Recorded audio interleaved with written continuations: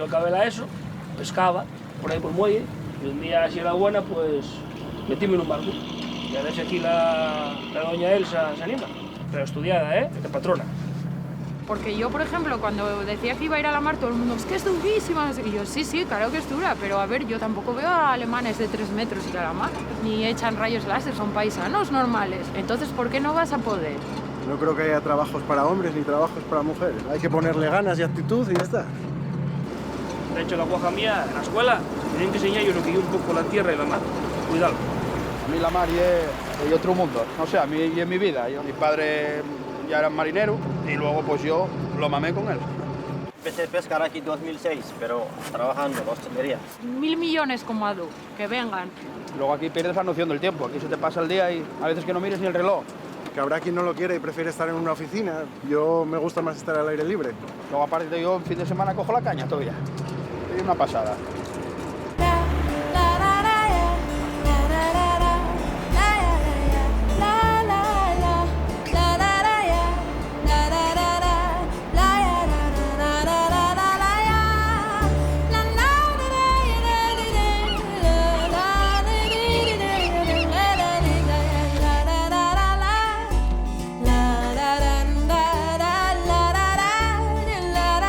Vas a ayudarme, ¿Ya sabes tú?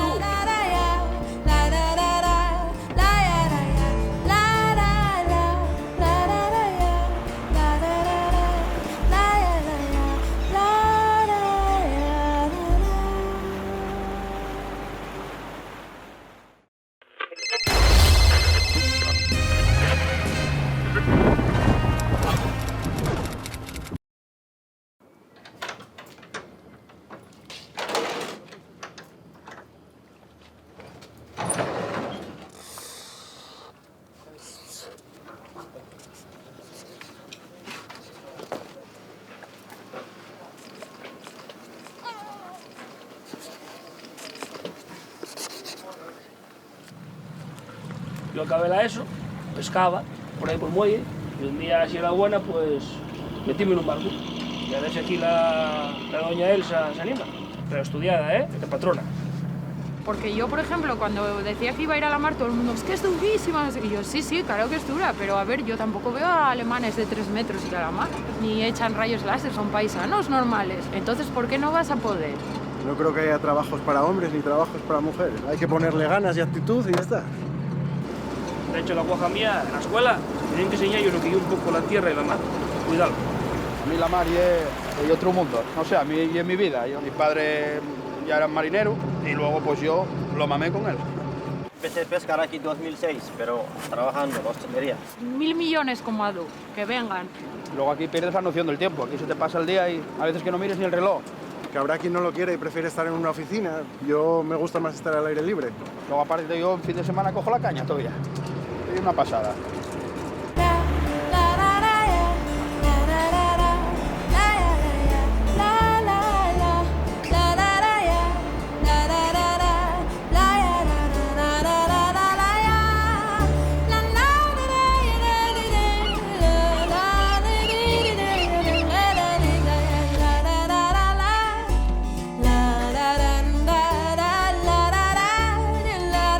Vas a ayudarme,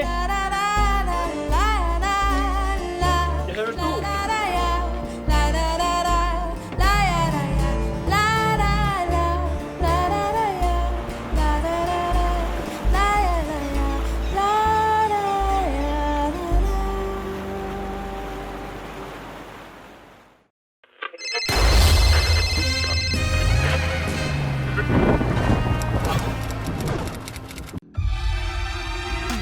Subimos a lo más alto para llegar hasta ti.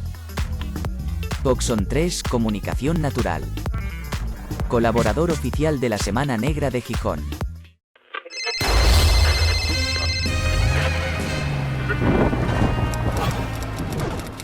Vamos a ir empezando porque ya sabéis que esto es la Semana Negra. Aquí el tiempo no corre, vuela y hay que cogerlo, pues eso, al vuelo. Ya sabéis que soy Jesús Palacios, colaborador habitual de la semana, la mayoría me conocéis y bueno, pues me ha tocado en suerte, y nunca mejor dicho, el tratar de coordinar o tratar de moderar esta mesa dedicada a la literatura fantástica, esa cosa con plumas que podría decir Woody Allen, pero que no sabemos muy bien cómo definir o indefinir, pero que a todos los que están sentados en este momento conmigo a la mesa, y no son pocos ni poco importantes, nos apasiona y cultivamos de una forma u otra. Voy a intentar hacer un breve resumen, un breve perfil de cada uno de los participantes en la mesa antes de dar comienzo a la misma, y voy a empezar pues por mi extremo izquierda, donde está José Carlos Somoza, porque realmente José Carlos es el que menos presentación necesita, o uno de los que menos presentación necesita en esta mesa. Es un absoluto veterano de la Semana Negra y uno de los autores, prácticamente podríamos decir que centrado en el género fantástico y en la literatura de género en nuestro país, más vendido, más interesante, más prolífico, más querido también por sus lectores y por todos los que hemos tenido oportunidad de pasar algún rato con él, cosa que en esta semana es muy habitual. Bueno, él nació en La Habana en 1959 y es autor de una cantidad tal de libros que podríamos pasar toda la tarde hablando de ellos, pero me limitaré a señalar, por ejemplo, que su novela La Dama número 13 se convirtió en la película Musa de Jaume Balagueró, uno de los también mejores directores españoles de cine fantástico, y que ha tocado pues muchos de los palos del género negro, del misterio, del terror, lo fantástico, etcétera, con títulos pues como Croatoan, La caverna de las ideas, El origen del mal, y últimamente con Estudio en negro y El signo de los 10, que aquellos que seáis fans de Conan Doyle habréis reconocido cierta familiaridad en los títulos,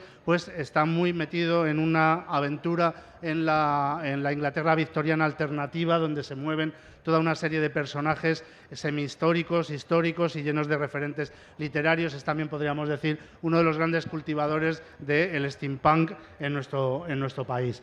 Luego tenemos también aquí a mi izquierda a Leandro Pinto, que estaba acompañándonos en la mesa anterior dedicada a los librojuegos de Chulu, pero que, como decía yo en ese momento, pues no es precisamente su única dedicación literaria. Él lleva bastantes años ya publicando, desde el año 2010 en que se dio a conocer con la novela Orlando Brown. Es nacido en Buenos Aires, pero vive en Gran Canaria, donde ha ido publicando toda una serie de novelas como Remanso de paz, Veneno de escorpión, Consejera nocturna, Pandemonio, Gritos en el tejado, una colección de cuentos como Un puñado de sombras, que en general comparten todos su adscripción al género fantaterrorífico, no exento de ambiciones literarias, pero pues muy influido también por sus conocimientos de autores como Lovecraft, Edgar Allan Poe, todos los clásicos del corpus gótico y moderno, ¿no? Como decía, ahora trabaja también en ese proyecto de Chus Chulu, del que hemos estado charlando hace un ratito. Después, aquí a mi inmediata derecha, tenemos a Marcelo Guerrieri, que viene desde Argentina, nació en Lomas de Zamora en 1973 y que es antropólogo de profesión, pero fantasiólogo de vocación, un autor consagrado también en gran medida a los géneros negros y fantásticos intersticiales, que ha publicado cosas como El ciclista serial, Detective bonaerense, que fue una blog novela, una de las pocas blog novelas que se publicaron en ese peculiar formato en los últimos años. Tiene también antologías de cuentos como Árboles de tronco rojo del 2012, y que este año, con su nueva novela, Con esta luna, publicada en 2021 en Argentina, en la editorial Tusquets, pero la editorial argentina, es finalista también de los premios Celsius de la Semana Negra, que, como sabéis, son los que premian a la mejor obra en castellano de terror, fantasía o ciencia ficción publicada el año anterior. Él es uno de los finalistas este año, lo cual ya, gane o no gane, dice mucho a favor de una de las novelas que a mí personalmente más me ha divertido e interesado en los últimos meses e incluso en los últimos años. Un poquito más allá tenemos a Mónica Rouanet, que aunque es de Alicante, creo que vives en Madrid más o menos, más que menos, y que también ha estado esta misma tarde en esta carpa presentando Nada importante, una de sus últimas obras. Ella está especializada en pedagogía por la Universidad Pontificia de Comillas y también, aparte de ello, pues es una prolífica escritora, fundamentalmente de thriller psicológico, podríamos decir, con títulos que han tenido mucho éxito. Generalmente publica en la editorial Roca obras como, bueno, Donde las calles no tienen nombre, Despiértame cuando acabe septiembre, y recientemente también No oigo a los niños jugar, que me da la impresión de que es la obra donde más ha centrado en el terreno de lo fantástico, de lo terrorífico y paranormal. Y después, en el extremo izquierda, supongo que contento de ello, además, tenemos a Víctor Claudín, un veterano bien conocido por todos los que somos amantes de la cultura y de la literatura en nuestro país desde hace muchos años. Nació en Madrid en 1954 y, bueno, pues es un periodista y escritor de larguísima carrera, quien hemos tenido oportunidad de seguir como redactor jefe de redacción en revistas míticas para los que ya peinamos unas canas o ninguna, como Ozono o Camp del Arpa, que, por cierto, recuerdo, dedicó un número íntegro a la literatura fantástica, que todos en aquel lejano tiempo en el que esto era mucho más underground devoramos con fruición. Por supuesto, es también un novelista por derecho propio. Ha estado estos días presentando aquí la novela Cosecha Negra, de género obviamente negro. Ha escrito numerosos artículos en prensa y en publicaciones como El País, El Viejo Topo, La desaparecida Diario 16, etcétera. Y también en los últimos tiempos te has decidido a penetrar más directamente en el terreno de lo gótico, fantástico y terrorífico con Los demonios de Whitby, publicada en el año 2021, y que es tu peculiar homenaje a todo ese universo, también jugando con personajes históricos, desde el Capitán Cook a referencias obviamente a Bram Stoker y el Drácula. Bueno, como veis, estamos en una compañía más que perfecta para hablar de este tema, que es la literatura fantástica, y obviamente no voy a complicar mucho la existencia, ni os la voy a complicar tampoco demasiado, porque somos muchos a la mesa y el tiempo es breve, y me gustaría que cada uno de vosotros, empezando si queréis por José Carlos y siguiendo así hasta la izquierda, me contara y nos contara a todos los asistentes qué es, una pregunta sencillita, ¿qué es para vosotros el fantástico? ¿Qué os atrae de este género de géneros? Porque, claro, eso también podremos a lo mejor hablarlo si da tiempo. Decir género fantástico es decir mucho y no decir nada, pero ¿qué encontráis en la literatura no realista, en la literatura imaginativa, en la literatura del vuelo fantástico, que os ha hecho elegirla como base de vuestra obra o, en algunos casos, llegar a ella en algún momento de vuestra carrera? Así que, José Carlos, cuando quieras. Bueno, muchas gracias, Jesús. Gracias a todos por estar aquí. Buenas tardes.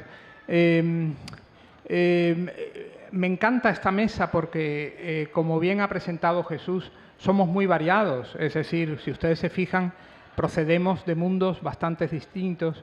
Algunos, como Mónica, no he leído a todos, por desgracia, pero voy a corregir ese error pronto, pero algunos, como Mónica, vienen de un mundo pues, de thriller, de novela prácticamente negra, y yo creo que eso demuestra la variedad que ofrece la posibilidad de la literatura fantástica.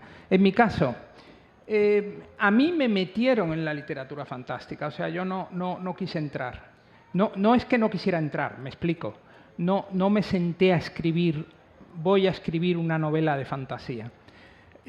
Lo único que ocurre es que yo me sentí con ganas de, aunque suene tópico, lo voy a decir, con ganas de libertad. Es decir, con ganas de escribir lo que me diera la real gana. Entonces, cuando uno siente esas ganas, cuando uno siente esos deseos, que no lo siente siempre, no lo siente siempre. A veces uno quiere seguir un camino trillado y uno quiere seguir una senda que ya han seguido otros y que es una senda, que duda cabe, ya hecha, ya creada, puesto que otros la han seguido con ellos. Cuando uno quiere seguir esa senda, fenomenal, y uno escribe una novela policíaca, una novela de terror, lo que sea.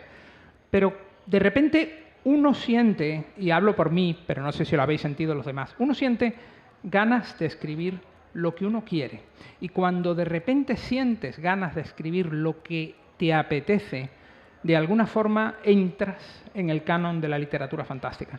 ¿Y eso por qué? Bueno, pues porque lo que te apetece no sigue ninguna regla.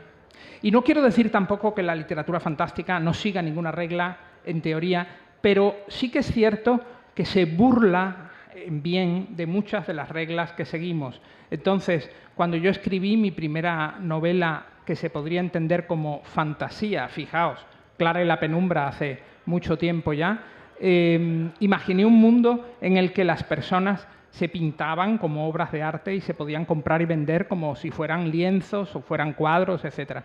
Yo recuerdo que esa novela la señalaron como novela de fantasía y a mí me llamaba la atención, yo no había querido escribir una novela de fantasía. Creo que hoy se hubiera llamado distopía, fijaos. Pero yo os pregunto a todos, hace 2 años una pandemia como la que hemos sufrido y estamos sufriendo sería considerada una distopía. Entonces, ¿qué es lo que es realmente fantasía, ¿no? Yo creo que lo que queda de la fantasía es escribir con total libertad. Y a partir de Clara y la penumbra, eso fue lo que hice y eso fue lo que me atrajo de la fantasía. Gracias, Carlos. Pues, Leandro. Sí. Hola. Uy. ¿Qué tal? Gracias a todos por venir. Bueno, como decía José Carlos, creo que suscribo esto de que la necesidad o el impulso de escribir literatura fantástica o de género fantástico, que como decía Jesús también es decir poco y decir mucho, nace de esa libertad, esa necesidad de libertad, de subvertir la realidad, lo que nos rodea, tergiversarlo y de alguna forma quizá convertir las propias inquietudes en las inquietudes de nuestros lectores, ¿no? Tarea bastante compleja, pero que me parece que a través de la herramienta literaria pues, contamos con recursos como para a lo mejor plasmar en palabras todas esas inquietudes y toda esa ansia de subvertir la realidad o de ampliarla para introducir algún elemento distorsivo que genere esa sensación que a nosotros nos cautiva como lectores también cuando la percibimos en un texto de este género, con toda la amplitud que tiene el género, ¿no? Creo que también obedece a inquietudes soterradas, a pulsiones a veces que nos escondemos a nosotros mismos. Yo también he pasado por esto de a través de la literatura poder expresar esas cosas que no le cuentas a nadie, que no les cuentas ni a tu hermano, ni a tu pareja, ni a tu psicólogo, ni a nadie, ¿no? Las conviertes en material de literatura. Porque pienso que la literatura, de alguna manera, cuenta con algunas herramientas que a lo mejor en otro tipo de plataformas comunicativas, como puede ser el audiovisual, no terminarían de comunicar con la pureza que sí lo hace la literatura a través de recursos como el subtexto, la sugerencia, etc.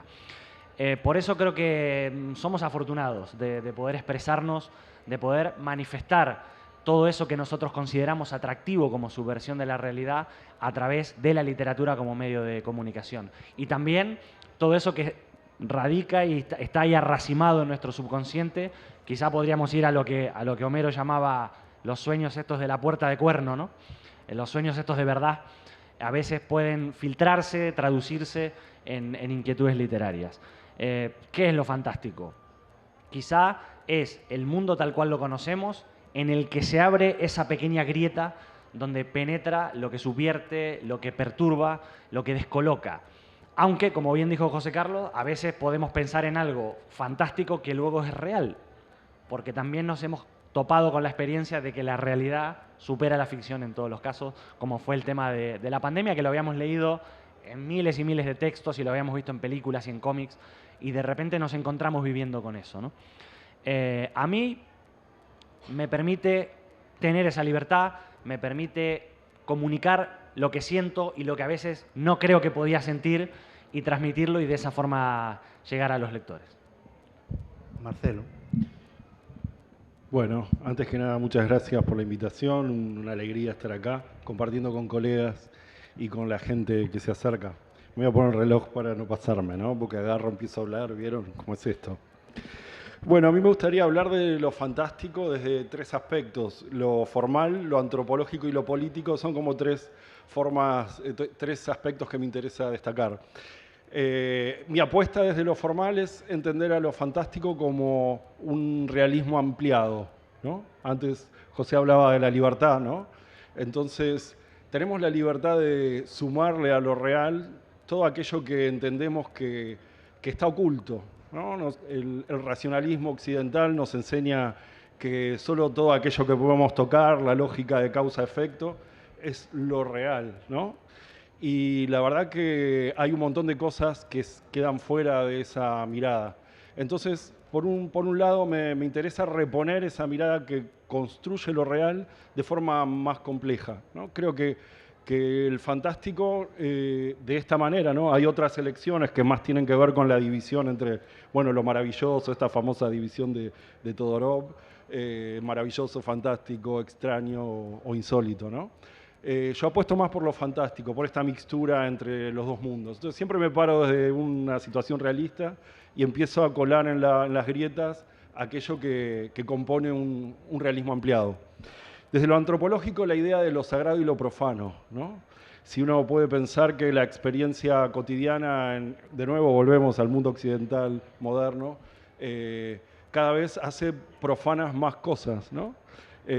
Aspectos que antes quizá estaban reservados a ciertos momentos más rituales, más de encuentros ligados a lo trascendente. El capitalismo cada vez ha ido avanzando y corriendo la experiencia de lo sagrado más lejos, ¿no?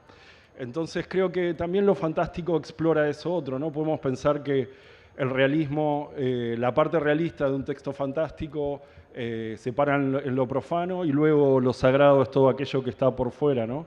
Incluso experiencias extáticas o no necesariamente santas, ¿no? Lo sagrado entendido como todo aquello que está más allá, espiritual, fuera de la mirada material. Y bueno, desde lo político, ¿no? Entender que la imaginación, imaginar mundos posibles distintos al nuestro, ya es un acto político, ¿no? Poder pensar que existen otros paradigmas, otras formas de relacionarnos, otras formas de pensar el mundo, ya es un acto político en sí mismo, ¿no?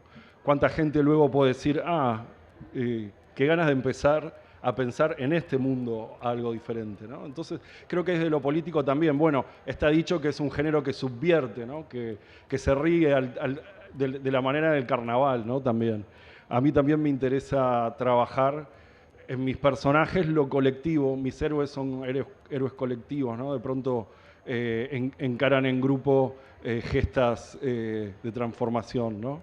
Así que, bueno, un poco como introducción, bueno, yo vengo de una literatura argentina y en particular latinoamericana, donde leemos desde siempre género fantástico, ¿no? Tenemos a Cortázar, Borges, Bioy Casares, Silvino Campo, y bueno, en Uruguay Felisberto Hernández, ¿no? Y bueno, nosotros ya arrancamos con eso, ¿no? Con esa base, ¿no? Entonces, muchas veces tendemos al género fantástico y después, bueno, veremos qué hacemos. Bueno, gracias. Sí, Mónica. Hola, buenas tardes. Gracias por invitarme a esta mesa, por invitarme a Gijón. A mí me ocurre algo completamente diferente a lo que les pasa a mis compañeros. A mí lo fantástico vino a buscarme y entonces tuve que ponerlo en un libro que hasta entonces siempre había escrito thriller realista, pero en la novela No igual los niños jugar es que ocurrió, me vino a buscar. Yo por aquel entonces trabajaba en un edificio en Madrid que había sido un internado de niños sordos y que había estado abandonado durante varios años. La Comunidad de Madrid decidió volverlo a abrir y iba abriéndolo por plantas, tenía 5. Y a mí me tocó la tercera, cuando primero la primera, segunda, me tocó la tercera justo al lado de la puerta que daba acceso a las plantas superiores que seguían cerradas.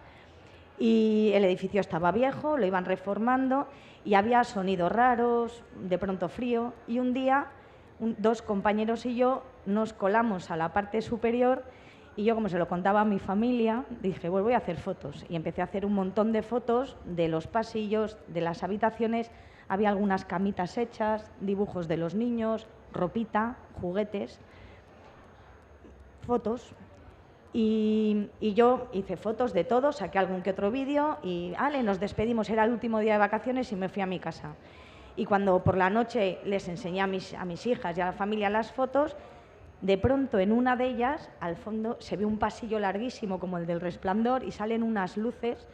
Mi marido dijo, yo una vez vi el programa de Iker Jiménez y eso se llama Norps, y yo dije, una vez, si lo ves todos los domingos, y nos reímos todos, pero pasé la siguiente foto y de pronto en el fondo del pasillo se ve la figura de un niño.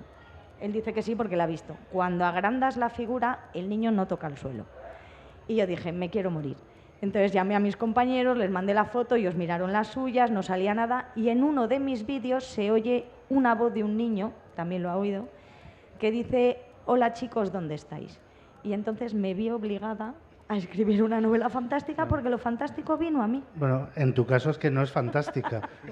Esto da mucho miedo y está pegando un giro la mesa que, Víctor, lo vas a tener muy complicado para superar esto. Oye, tengo las fotos, aunque quieras se las enseño. Estoy viendo que vamos a acabar haciendo una hoguera en medio y contándonos cosas a ver quién da más miedo. Claro, precisamente yo estaba pensando con el... Hola, buenas tardes, ¿cómo estáis? Gracias por estar aquí acompañándonos. Precisamente yo estaba pensando eso, género fantástico, ¿no? Género fantástico y realidad. A veces la realidad es mucho más fantástica de lo que nosotros pensamos. A veces nos esforzamos por inventar personajes que con tal de ver la televisión nos darían unos perfiles increíbles. Y la realidad es ya de por sí pura fantasía. Pero ciñéndonos a lo que se considera género o ámbito, más que género, ámbito de la literatura, es curioso cómo me acabo de acordar de algo, gracias a lo que ha dicho José Carlos, de que efectivamente la fantasía es cuando realmente comprendemos que vamos a hacer algo que es lo que nos sale, lo que nos da la gana hacer en ese momento, ¿no? Tú decías, y tienes razón, el año pasado yo iba a festivales invitado también a mesas de este tipo de fantasía por haber publicado una novela, no sé si gótica, con elementos históricos, de no muertos. Hay una mezcla de tal, que me fue surgiendo, a lo mejor luego hay oportunidad de contarlo y de detenerme en ello, y sencillamente jugué con aquello que fui descubriendo. Pero gracias a lo que ha dicho ahora José Carlos, me acabo de acordar de que mi primera novela era pura fantasía. Voy a recurrir a un recuerdo muy querido. Aquella novela se presentó en un local que yo tenía en Madrid, histórico, que se llamaba El IGM, y en ese día, el día anterior, ya había tenido un accidente del que me libré de la muerte. Venía a 140 por la autopista de Barcelona a Madrid, el coche, me quedé inconsciente conduciendo, el coche dio muchas vueltas y yo me libré. En el momento en que se hacía la presentación, a mí me metían en mi cama, me dejaban tirado después de haber pasado por 3 hospitales, ¿no? En esa presentación, uno de los que estaban allí y que yo tenía una ilusión tremenda se llamaba Manuel Vázquez Montalbán. Y una de las cosas que dijo de la novela es que había sido el triunfo de la lectura, la novela. Fijaros si no era imaginativa. Se situaba en la ciudad cerrada, que era una ciudad compuesta con elementos de otras ciudades, en medio del desierto oceánico, sobre todo en un local que era el antro de la Buscontra, de ahí el título. La Buscontra era una inmensa mujer que paría remesas de buscontritas, en fin, toda una serie de personajes absurdos, tremendos. Y ahora me he dado cuenta. Ahora sería una distopía también. Claro. Se supone que después fuera de la ciudad cerrada no hay nada. Para mí eso era también una metáfora con la que después descubrí que quería jugar. Y no, los personajes que se reunían en ese antro, a cada uno de su padre y de su madre, Cristina la zoicida, en fin, todas unas... deciden salir del antro y salir de la ciudad. Y efectivamente van encontrando cada uno un sitio también absurdo, tremendo. Así que gracias, José Carlos, porque acabo de darme cuenta de que yo pertenecía al mundo de la fantasía, no solo por leer a Lovecraft, que es una de mis pasiones, o por leer muchos autores de muchos distintos géneros de la fantasía, sino porque mi primera novela era fantástica. Pues os juro que es un descubrimiento que acabo de hacer y eso me enorgullece porque creía que era más intruso yo en esta mesa, pues no. Bueno, como comprobaréis o estáis comprobando, hay una inmensa variedad de concepciones y de visiones de lo fantástico, pero yo creo que hay una cosa que durante mucho tiempo a los que amamos el género, o bueno, seguimos con imprecisiones, género, temática, modo narrativo, modo de contar, nos ha torturado y nos ha perseguido, y a mí me gustaría saber si seguís sintiéndoos así, o si esa situación realmente ha quedado ya completamente superada y es, si acaso, vestigial.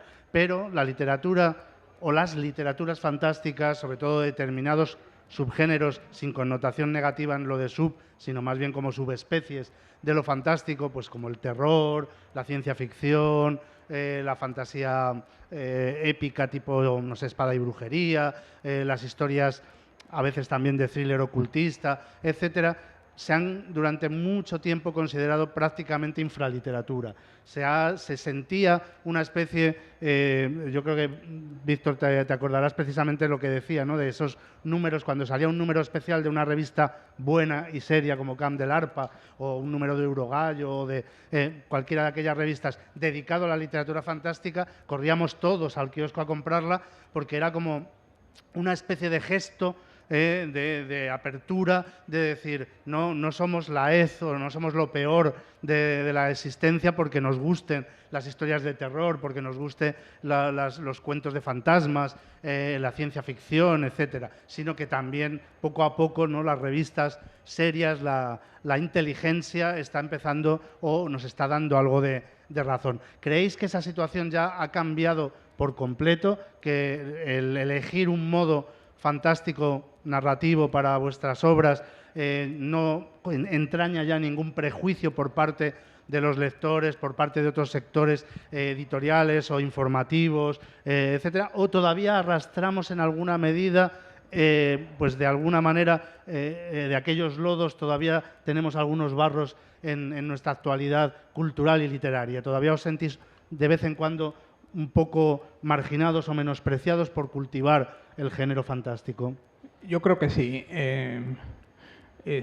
Me parece que el género fantástico sigue todavía teniendo cierta lacra que viene, yo creo que de algunos lectores que ven la etiqueta, ¿no?, y entonces lo rechazan. Bueno, tengo que decir, primero, después de ver cómo está derivando esta mesa a través de la intervención de Mónica, debo decir que yo vi un ovni en 1969, inolvidable. No, tengo que decirlo porque de verdad me habéis picado, y debo decir, ¿quién de ustedes no ha visto algo extraño en algún momento? Es decir, la vida tiene un montón de cosas extrañas, ¿no? Un montón, desde que nacemos hasta que nos morimos. Ya esas dos cosas son verdaderamente extrañas. Pero entre medias de esas dos cosas extrañas hay un montón de extrañezas, ¿no?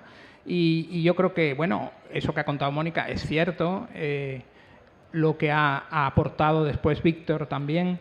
Y pienso que si ahora nos pusiéramos a contar anécdotas, bueno, es una de las primeras cosas que nos surgen, es decir, pues no sabemos a qué atribuirlo. Decimos casualidades, coincidencias, estaba pensando en fulanito y de repente me enteré que se murió, o que me llama en ese momento y no nos habíamos visto en años, ¿verdad? ¿A qué atribuir eso? He soñado con menganito y de repente me he enterado, pues eso, ¿no?, de que le ha pasado algo, o de que algo que no esperábamos ha ocurrido con él, ¿verdad? ¿Eso qué es, verdad?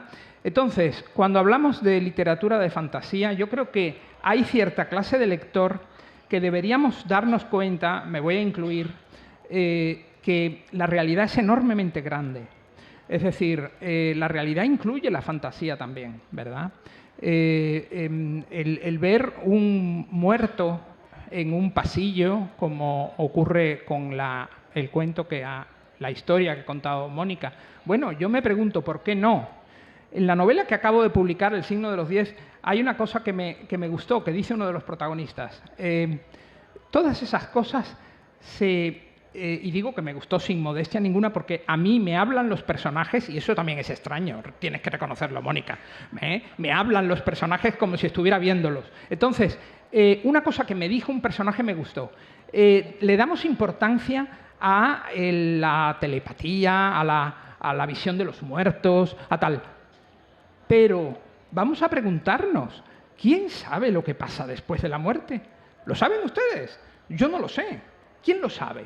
Es decir, si no sabemos lo que es la muerte, aunque tengamos una teoría muy fundada sobre ella, yo seguro que ustedes la tienen igual que yo, pero no lo sabemos a ciencia cierta, con lo cual, ¿qué problema hay en creer que que de repente un muerto se aparezca. Es decir, no sabemos lo que es la muerte. No lo podemos saber, nadie nos ha venido a explicar eso, ni en el colegio ni en ninguna otra parte. Con lo cual, ¿qué es la fantasía sin una realidad que uno ve un poquito más ampliada? Entonces yo creo que si comprendiéramos eso, la literatura de fantasía se abriría a nosotros, se abriría de una manera como nunca hemos creído que se podía abrir, porque todo lo que se imagina uno puede ser cierto. Y esto que estoy hablando ahora, no me quiero enrollar más, porque tienen también mis compañeros de mesa que intervenir, pero no me quiero enrollar, pero el que la realidad pueda ser infinita y de infinitas maneras se está estudiando hoy en física. Es decir, hoy existe la teoría de los multiversos en la que se opina que hay infinitos mundos en los que estamos un Jesús Palacios, un Víctor, una Mónica, todos los que estamos aquí en esta mesa, hablando también, pero ocupamos otros papeles. A lo mejor somos público, a lo mejor nos dedicamos a otras cosas, a lo mejor yo soy bombero, lo digo por decir, a lo mejor torero, qué duda cabe. Es decir, somos infinitos, y eso lo está estudiando la física, es una de las teorías físicas que hay. Entonces, de verdad, me cansa el tema de que no nos dejen hablar de la fantasía porque de repente decimos, a mí es que eso no me va. Pero bueno, alma de Dios, ¿ha soñado usted alguna vez? ¿Se ha quedado dormido alguna vez? ¿Ha tenido algún sueño alguna vez? ¿Le ha pasado algo raro en su vida? Yo estoy seguro de que sí, la realidad es enorme, es inmensa. Entonces, ¿a qué vienen todos estos prejuicios sobre la fantasía? Yo creo que vienen a que estamos enseñados a creer en una realidad estrechita, pequeñita, una realidad de colegio, una realidad que nos dicen, esto es lo que hay y más nada. Y no en ese pasillo no puede aparecer una persona muerta, porque los muertos no aparecen, porque yo lo sé, porque sé lo que es la muerte. Bueno, no hay nadie que sepa lo que es la muerte. Entonces, aquí lo dejo. Bueno, de todas maneras, antes de que me transforme mágicamente en Jiménez del Oso o en Carmen Porter, vamos a intentar reconducir esto hacia el tema. Leandro, ¿tú te sientes de alguna manera todavía marginado, o ves que cuando vas a un editor o hablas en alguna entrevista, al decir que escribes terror, que escribes además que tus autores favoritos son Lovecraft, Poe, Robert E. Howard, etcétera, etcétera, ¿te sientes maltratado todavía hasta cierto punto? A ver, yo creo que todavía existe un prejuicio, un San Benito, y me parece que vamos a decir, la alta academia literaria o el alto academicismo todavía refracta un poco todos estos géneros, ¿no? No sé si es por su cualidad de popular, que a lo mejor esto ya viene desde la época de Anne Radcliffe y del gótico clásico, que al final eran novelas muy populares, ¿no? Y a lo mejor eso ya lo elimina de los círculos intelectuales, elitistas, minoritarios, por así decirlo, y al transformarse en masivo, pues pierde prestigio, se convierte, como dijo Jesús, a lo mejor en un subgénero. Sí, lo que pasa es que uno a veces siente tanta pasión que dice, pues no me importa, al final me voy a dedicar a contar esto porque es lo que me gusta, es lo que me apasiona como lector y es lo que me sale o me nace expresar. Me parece que en los últimos años ha habido una pequeña subida en lo que es por el tema de los premios. A lo mejor algunas editoriales de prestigio pues se han arriesgado con algunos libros de terror o de fantasía y creo que eso ha despojado un poquito de prejuicios, pero no estamos todavía del todo limpios, ¿no? Quizá también exista un prejuicio que para mí es absurdo, que es el pensar que la persona que es muy imaginativa o que se dedica a cultivar mundos de fantasía, de alguna manera le da la espalda a la realidad, que una cosa no significa la otra. Y también la realidad a veces te impulsa a darle la espalda, porque es tan desagradable y tan caótico todo, que piensas que en tu mundo de fantasía vas a tener un mayor control que la realidad caótica. Creo que ha bajado un poco el nivel, pero todavía estamos con un poquito de prejuicio, sí. Claro, esto en el caso de Marcelo y de Argentina y de la tradición rioplatense es completamente distinto. Porque claro, allí estos, con perdón y con todo el cariño, estos cabrones tienen la suerte de que estudian en sus universidades y en su instituto, estudian a los grandes de la literatura fantástica en lengua castellana. Y allí, Borges, Cortázar, incluso autores que se han considerado mucho tiempo adalides de cierto realismo como Roberto Alt tienen una gran obra fantástica, etcétera. Entonces, ¿cómo lo vives tú y cómo vives esta visión nuestra de sentirnos marginados por hacer algo que para la literatura argentina, no sé, Mujica Lainez, para todos, Sábato, etcétera, es como lo más natural del mundo? Sí, es diferente claramente la sensación y la valoración de lo fantástico, ¿no? Como vos bien decías, el canon o lo reconocido, incluso lo popular, ¿no? en nuestro país, está atravesado por el género fantástico. No hay ese prurito ni esa sanción al que escribe género fantástico. Quizás sí, si diferenciamos, ¿no? Nosotros allá lo llamamos fantasy, género fantástico sería esto que yo les decía antes, ¿no? Cuando nos paramos del realismo y empiezan a aparecer grietas y se construye algo que de pronto es incómodo, ¿no? Y como hablábamos antes, como también decía José, la idea de un realismo ampliado en realidad, ¿no? Es decir, no, todo aquello que el racionalismo occidental no le haya explicación, dice, bueno, no tiene explicación y listo, ¿no? En cambio, una manera de escribir ligada al fantástico es una experiencia que nos completa, ¿no? Porque incluye todo aquello que no podemos explicar. En cambio, quizá el fantasy o dentro de la categoría lo maravilloso por ahí no tiene tanto lugar en nuestra literatura, ¿no? Yo lo que creo es que hay buena literatura o mala literatura, no importa el género, ¿no? Entonces creo que está ahí. Y en todo caso los críticos harán sus rabietas y nos importará nada, ¿no? Porque si a nosotros nos convoca el género fantástico, escribiremos fantástico. En mi caso trato de hacerlo con la mayor altura posible para que sea un texto literario atractivo y que incluso pueda leer a alguien que no lee fantástico, porque el texto lo atrae, lo convoca, ¿no? Entonces, me parece que en tanto escritores esa es la postura, ¿no? Porque luego, en otro momento, quizá la moda sea que esté fuera de moda el realismo y haya que escribir otra cosa, ¿no? Entonces, no podemos ir yendo en función de lo que dice el momento del mercado, ¿no? Así que eso por un lado. Después, en lo personal, yo entro y salgo del fantástico, no necesariamente me paro desde el género, ¿no? Entonces, entiendo que yo tengo una historia para contar y busco el género o los modos que me sirven para propulsarla, ¿no? Entonces, desde ese lugar seguiré abordando el fantástico cuando me venga bien, ¿no? Y bueno, hay algo que también es importante pensar, ¿no? Hemos sido formados con distintas literaturas y eso también aparece, ¿no? Cuando uno escribe, aparecen textos que uno leyó y tampoco uno puede expulsarlos, ¿no? Así que creo que en tanto escritores tenemos que seguir parándonos en el género que nos plazca, ¿no? Como dicen ustedes. Y bueno, Mónica, como decías, tu terreno habitual en el que te has sentido cómoda estos años es escribiendo thriller psicológico, novela, digamos, más o menos negra en este sentido amplio que damos al término, y aquí has introducido, a través de esa experiencia personal, pero has introducido un elemento fantástico, paranormal, con lo cual te arriesgas a lo mejor a que alguno de tus lectores o lectoras habituados a un enigma criminal, habituados a personajes realistas, diga, pero ¿qué es esto? ¿No te ha dado miedo de otro tipo el tomar esa decisión? Sí, es cierto, lo dijeron. Había muchos que dijeron que estaba haciendo, que qué tontería era. Y digo, bueno, es que cada una de mis novelas es completamente diferente. El otro día me llamaron, que me encantó, la autora camaleónica. Y es cierto, en cada novela utilizo un tema distinto, con una voz narrativa diferente, unos personajes distintos.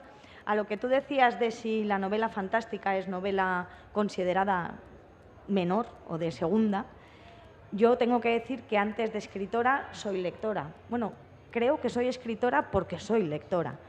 Y leo lo que necesito en cada momento. Hay veces que necesito leer un ensayo para aprender determinadas cosas o que necesito aprenderlas y elijo una novela para hacerlo. Y hay veces que necesito evadirme, hay veces que necesito olvidarme de cosas o hay veces que me siento feliz y necesito determinar. Entonces voy eligiendo géneros diferentes.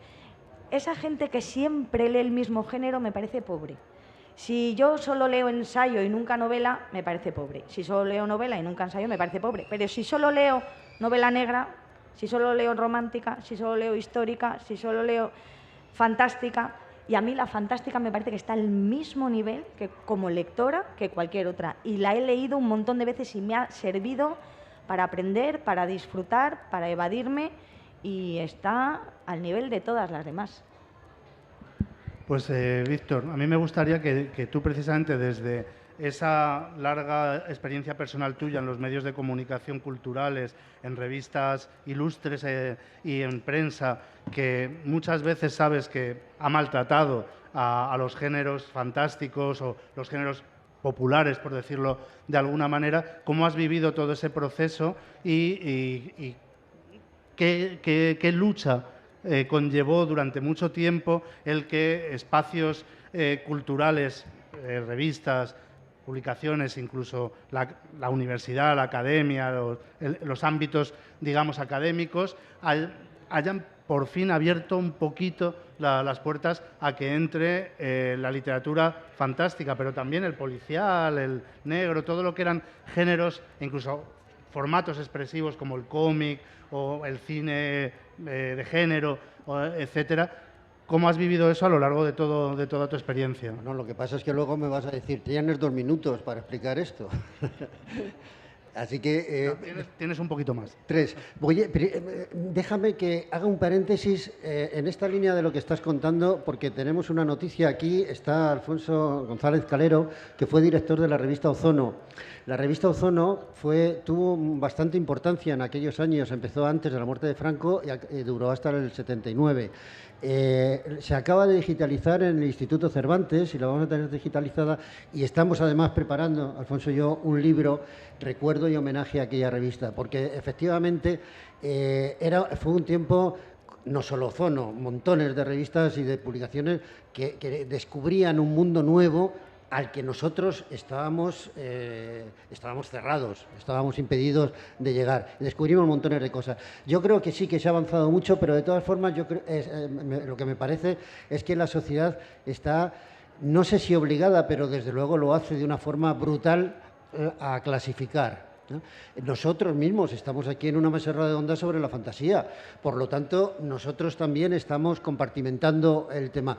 A mí me gustaría contar que mi novela empezó porque me enamoré de un pueblo del norte del estado de York, y cada uno de los que me encontraba allí me decía cuál era la tumba de Drácula, porque todas eran la tumba de Drácula según cada quien te lo contaba, ¿no? Y entonces vi dónde veraneaba Bram Stoker y descubrí un tipo sensacional que era el capitán Cook, que era muy famoso, y se lo comieron los indios de Hawái, y entonces no tiene tumba en ningún sitio.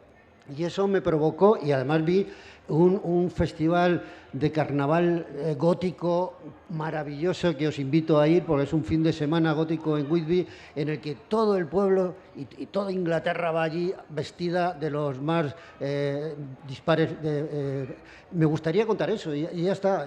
Y eso queda una novela gótica como fruto, porque tenemos que clasificar. Hombre, yo creo que hemos avanzado mucho, pero desgraciadamente esa clasificación se mantiene, y se mantiene también para los lectores. Es decir, si mi novela está en un sitio que a mí no me atrae, a mí esa novela que me encantaría leerla no la voy a leer porque está mal clasificada, ¿no?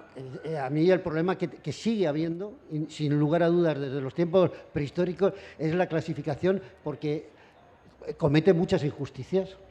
Sí, al hilo de lo que estás comentando, y como moderador inmoderado que soy de la mesa, y dado que soy el único que no escribe narrativa y que se ocupa del género fantástico desde el punto de vista del ensayo y del estudio cultural, claro, tengo que romper una lanza porque los géneros o las definiciones, las etiquetas, si queremos, son necesarias. Son necesarias para establecer pues, cualquier tipo de clasificación y cualquier tipo de narrativa histórica acerca del desarrollo, del cultivo de la literatura fantástica o de cualquier otro tipo. Lo que ocurre es que, como muy bien decías tú, hay una especie de connotación cualitativa en estas clasificaciones que no debería, en mi opinión, existir. Y en esto ahí me gustaría añadir, para entender mejor, de alguna forma, cómo pienso yo que deberíamos enfrentarnos al hecho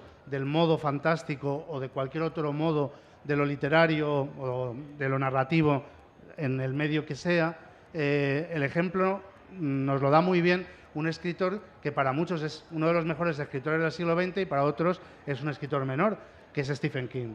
Y Stephen King tiene un par de ensayos literarios que están muy bien, uno sobre el arte de escribir y uno que es Danza Macabra, que es una historia personal del género terrorífico, fantástico y terrorífico, como las cosas que le influyeron, etcétera. Pero no recuerdo si es precisamente en ninguno de estos dos libros o en uno de los muchos prólogos. Él hace un símil muy eficaz para romper con esa visión que también decía un poco o un mucho Marcelo antes, que caracteriza la mirada occidental, que es una visión jerarquizada, una visión en pirámide de todo, donde abajo está lo peor y arriba está lo excelso, está la excelencia en la cúspide, ¿no? Abajo estaría, bueno, pues, no sé, los tebeos más infectos, las historietas de superhéroes antiguas, estarían los pulps, la Pulp Fiction, estarían los escritores de bolsilibro y arriba del todo estarían pues pegándose por ocupar esa cúspide, no sé, Proust, James Joyce, Gertrude Stein y un montón de gente que mucha gente, por desgracia también hay que decirlo, no ha leído en su vida, ¿no? Pero en realidad esto no es así. En realidad esto, como explica de una forma muy didáctica Stephen King, no debería ser así.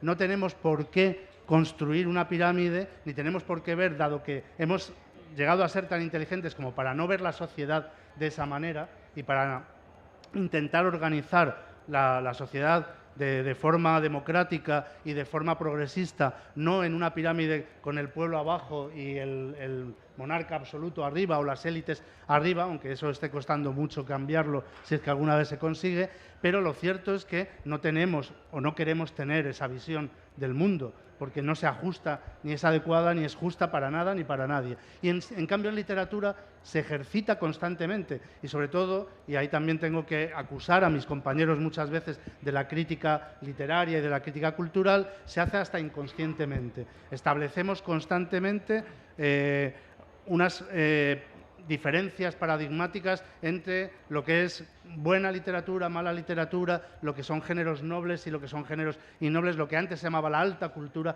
y la baja cultura, que por suerte son conceptos que van desapareciendo, que van diluyéndose, pero cuya impronta sigue muy fuerte ahí. Y bueno, voy al grano y a lo que decía o lo que dice Stephen King. Si yo quiero darme una vuelta por el bosque en bicicleta para disfrutar como se disfruta conduciendo bicicleta por el campo, viendo las mariposas, haciendo ejercicio, parando cuando quiero, no me sirve de nada viajar en la mejor limusina más lujosa y más grande del mundo, donde me están ofreciendo whisky, donde voy con unas señoras fantásticas y escuchando un equipo de alta fidelidad. El día que quiero ir en limusina para disfrutar de todo eso, no me sirve de nada ir en bicicleta y viceversa. Es decir, el día que yo quiero leer una novela de terror y pasarlo bien, pasando miedo, no me sirve de nada que me digas, no, lo que usted tiene que leer es En busca del tiempo perdido, o lo que usted tiene que leer es 5 horas con Mario, o lo que usted tiene que leer es esto. Pero perdóname, Jesús. Es decir, yo creo que vivimos una época excepcional en eso, completamente excepcional. Es decir, por lo que sea, y yo creo que es debido a que la ciencia ha avanzado de tal manera que nos ha convencido de muchas cosas, ¿verdad? Y ahora todos los que estamos aquí sentados creemos en todas esas cosas, ¿no? Por lo que sea, hoy día eso se ha subdividido en géneros y se ha menospreciado. Pero en épocas no tan pretéritas, porque estamos hablando 300, 400 años, pues oiga, pues tampoco, no es, ¿vale? En épocas no tan pretéritas, todo el mundo creía en esas cosas y las obras de arte, y hablo de obras de arte, hablo de obras de arte, hablo de la pirámide esa a la que has citado, en la pirámide, en la cima de la pirámide, estaban obras que metían toda clase de elementos fantásticos. Es decir, estoy pensando, por ejemplo, en Hamlet. Shakespeare escribía para toda la pirámide. Shakespeare escribía para los que se sentaban en la tierra, que no eran alfabetos, que eran personas que no sabían ni leer, para los que estaban en la primera grada, en la segunda grada y en la última de las gradas. Y todos se divertían y lo pasaban bien con una obra en la que cada uno de ellos aprendía algo. Y si recordáis, Hamlet es ni más ni menos que la historia de un príncipe que quiere vengarse porque el fantasma de su padre le ha dicho que ha sido asesinado. Y eso se lo tragaban el espectador isabelino con una sencillez stephenkiniana que ya quisiéramos hoy que se tragaran las cosas cuando las escribimos. Decís, ¿porque estaba muy bien escrito? No. Estaba extraordinariamente escrito. Era una de las cimas de la literatura, como lo era la Eneida, como lo fue la Odisea. Es decir, una de las grandes cimas de la literatura. Pero ¿qué ocurría? La receptividad del público era diferente. Estábamos abiertos a eso. Hoy la ciencia nos ha cerrado. Es decir, hoy la ciencia nos ha dado muchas virtudes, muchas cosas muy buenas, pero también ha cerrado nuestra mente. No nos permite abrirnos a otras cosas. Antes estábamos muy abiertos y antes era posible, perfectamente posible, con perdón de Stephen King, escribir, y soy un Stephen King de corazón, escribir una grandísima obra maestra, hablando de fantasmas, de magos en una isla, con Shakespeare podemos extendernos aquí y no parar, de magos en una isla o de brujas que convencían a una persona de matar al rey porque él iba a ser el rey. Es decir, podíamos estar creyendo en toda clase de cosas y disfrutándolas sin decir yo a estas cosas de Shakespeare no voy porque esto es de fantasía, ¿verdad? Es decir, estamos viviendo en una época en la que nos hemos cerrado. La culpa, ustedes imagínense cuál puede ser. Yo apunto a la ciencia y a la forma que ha tenido de desarrollar nuestra sociedad, pero ustedes imaginen su propio culpable. Bueno, me indican que ya tenemos que ir acabando. Como pueden comprobar ustedes, sería una mesa interminable, en referencia a cierta novela fantástica que tampoco está nada mal, por otra parte. Y bueno, a mí sí me gustaría concluir, obviamente agradeciendo a todos los presentes sus aportaciones, en especial las que dan más miedo, las aportaciones de cuentos a medianoche, que vienen muy bien siempre para estos casos, pero sobre todo también, y al hilo de lo que decía José Carlos, pues decirles a ustedes, si es necesario, que lean mucho y que lean lo que les dé la gana, que lean fantasía, que lean terror, que lean a los grandes y a los pequeños, a los que están arriba, y a los que están abajo. Y en eso Stephen King y José Carlos, y yo creo que poco o mucho estaremos todos de acuerdo, lo que prima y lo importante es el disfrute, y lo que prima y es importante es aquello que conecta con nosotros y con nuestras necesidades. Y esas necesidades pues pueden ser las de eso, en un momento leer a Homero y a Virgilio, que como bien decía José Carlos, son autores de fantasía épica como Tolkien o como Stephen Donaldson, o puede ser leer a escritores como Dashiell Hammett o Raymond Chandler, que en un tiempo no tan lejano eran escritores de pulp y ahora son grandes maestros. Yo creo que poco o mucho todos los que están aquí en la mesa coincidirán en esto, así que nada más, gracias a todos por vuestra asistencia y a leer fantasía y a leer.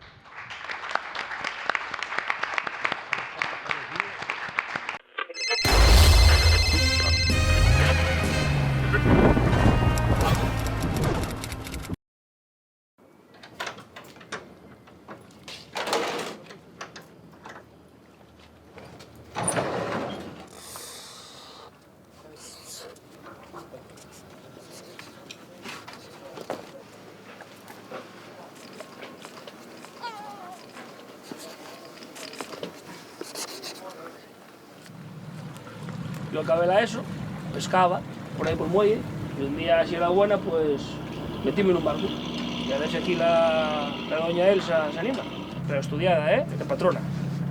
Porque yo, por ejemplo, cuando decía que iba a ir a la mar, todo el mundo, es que es durísima. Y yo, sí, claro que es dura, pero a ver, yo tampoco veo a alemanes de 3 metros ir a la mar, ni echan rayos láser, son paisanos normales. Entonces, ¿por qué no vas a poder? No creo que haya trabajos para hombres ni trabajos para mujeres. Hay que ponerle ganas y actitud y ya está. De hecho, la guaja mía, en la escuela, tenían que enseñar yo lo que yo un poco la tierra y la mar. Cuidado. A mí la mar es otro mundo. No sé, a mí y en mi vida. Mi padre ya era marinero y luego pues yo lo mamé con él. Empecé a pescar aquí en 2006, pero trabajando en hostelería. 1000 millones como Adu, que vengan. Luego aquí pierdes la noción del tiempo, aquí se te pasa el día y a veces que no mires ni el reloj. Que habrá quien no lo quiere y prefiere estar en una oficina. Yo me gusta más estar al aire libre. Luego aparte yo en fin de semana cojo la caña todavía. Es una pasada.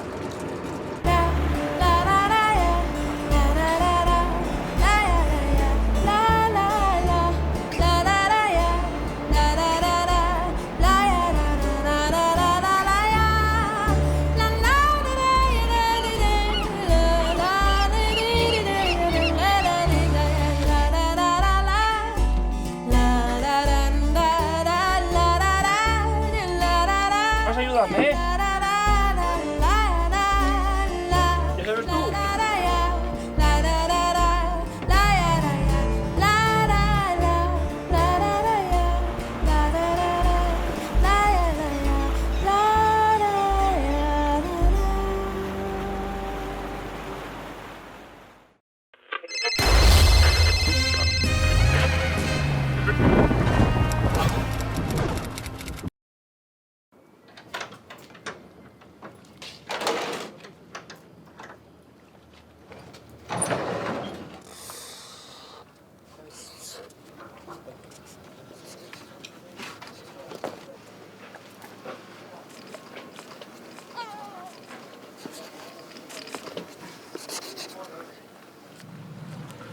Yo acabé la ESO, pescaba por ahí por el muelle, y un día, si era buena, pues metíme en un barco. Y a ver si aquí la doña Elsa se anima. Pero estudiada, ¿eh? De patrona. Porque yo, por ejemplo, cuando decía que iba a ir a la mar, todo el mundo, es que es durísima. No sé qué. Y yo, sí, sí, claro que es dura, pero a ver, yo tampoco veo a alemanes de 3 metros y a la mar. Ni echan rayos láser, son paisanos normales. Entonces, ¿por qué no vas a poder? No creo que haya trabajos para hombres ni trabajos para mujeres. Hay que ponerle ganas y actitud y ya está. De hecho, la guaja mía, en la escuela, tienen que enseñar yo lo que yo un poco la tierra y la mar. Cuidado. A mí la mar es otro mundo. No sé, a mí y en mi vida. Mi padre ya era marinero y luego pues yo lo mamé con él. Empecé a pescar aquí en 2006, pero trabajando en hostelería. 1000 millones como Adu, que vengan. Luego aquí pierdes la noción del tiempo, aquí se te pasa el día y a veces que no mires ni el reloj. Que habrá quien no lo quiere y prefiere estar en una oficina. Yo me gusta más estar al aire libre. Luego aparte yo en fin de semana cojo la caña todavía. Es una pasada.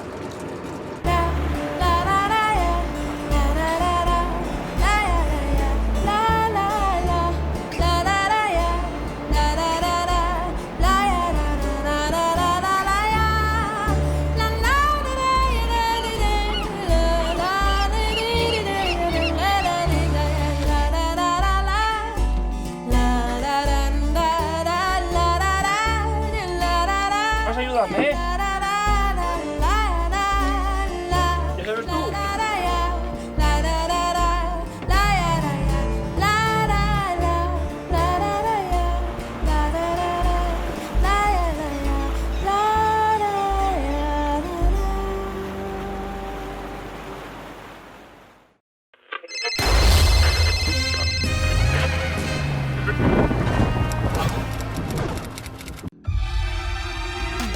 Subimos a lo más alto para llegar hasta ti. Coxon 3 Comunicación Natural. Colaborador oficial de la Semana Negra de Gijón.